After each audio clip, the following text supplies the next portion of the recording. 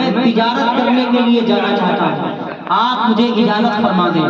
شیخ حماد نے نظر جھکائی، لوح محفوظ کی طرف دیکھا اور فرمایا اے میرے مرید، تیری تقدیر میں لکھا ہوا ہے تو جائے گا، تجارت کرے گا، بہت مال بہت کمائے گا، بہت مال لے کر واپس آئے گا، راستے میں تجھے ڈاکو ملیں گے، سارا مال تیرا لوٹ لیں گے اور تجھے قتل کر دیں گے، اس لیے تجھے ہم تجارت کو جانے کے لیے اجازت نہیں دے سکتے۔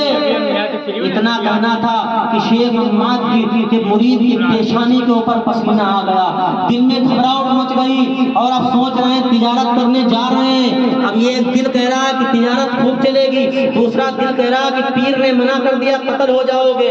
اب سوچ رہا ہے جائیں تو کس کے پاس جائیں یا نہ جائیں۔ اس نے سوچا ابھی ایک بارگاہ اور موجود ہے جو بڑے پیر کی بارگاہ ہے، جو پیرانے پیر کی بارگاہ ہے، چلو بڑے پیر صاحب کی بارگاہ میں آئیں گے۔ اپنے پیر مرشد کو نہیں بتایا، سرکار غوث پاک کی بارگاہ میں آ گیا، پیرانے پیر کی بارگاہ میں آ گیا، کہنے لگا حضور ہم تجارت کرنے کے لیے جانا چاہتے ہیں، آپ اجازت فرما دیں۔ میرے غوث نے نظریں جھکائی، فرمایا جا، تو تجارت کرنے جا، خوب تجارت کرے گا، بہت مال لے کر واپس لوٹے گا اور اصل خیر سے اپنے گھر پہ لوٹے گا۔ کہہ دو سبحان اللہ۔ سبحان اللہ۔ اب سوچ رہا ہے پیر نے تو یہ کہا ہے کہ قتل ہو جاؤ گے اور پیرانے پیر نے کہا ہے کہ واپس لوٹ آؤ گے، اب مانے تو کس کی مانے؟ پیر کی مانے کہ پیرانے پیر کی مانے؟ آخرکار تجارت کرنے کے لیے چلا گیا، بڑا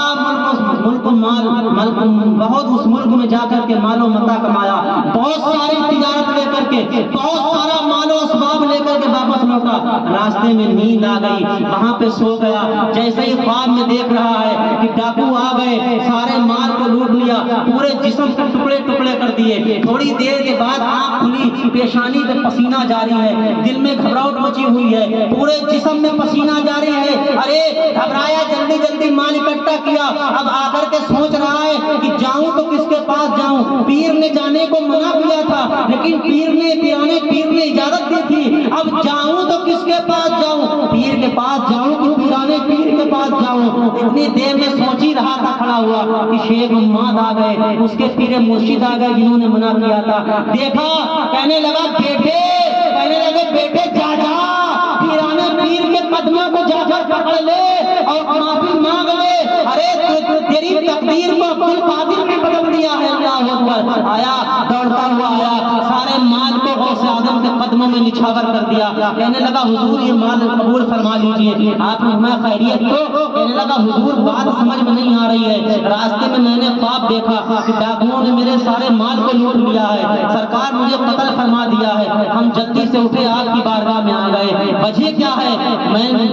سرکار نے فرمایا سن، تیرے پیر نے تیرے بارے میں بتایا تھا کہ تو مال اسباب کمائے گا، واپس لوٹے گا، ڈاکو تجھے قتل کر دیں گے راستے میں، تیرے پیر نے سچ بتایا تھا، لیکن جب تو میری بارگاہ میں آیا میں نے تجھے اجازت دی، میں نے اللہ کی بارگاہ میں 70 مرتبہ دعا فرمائی، اللہ نے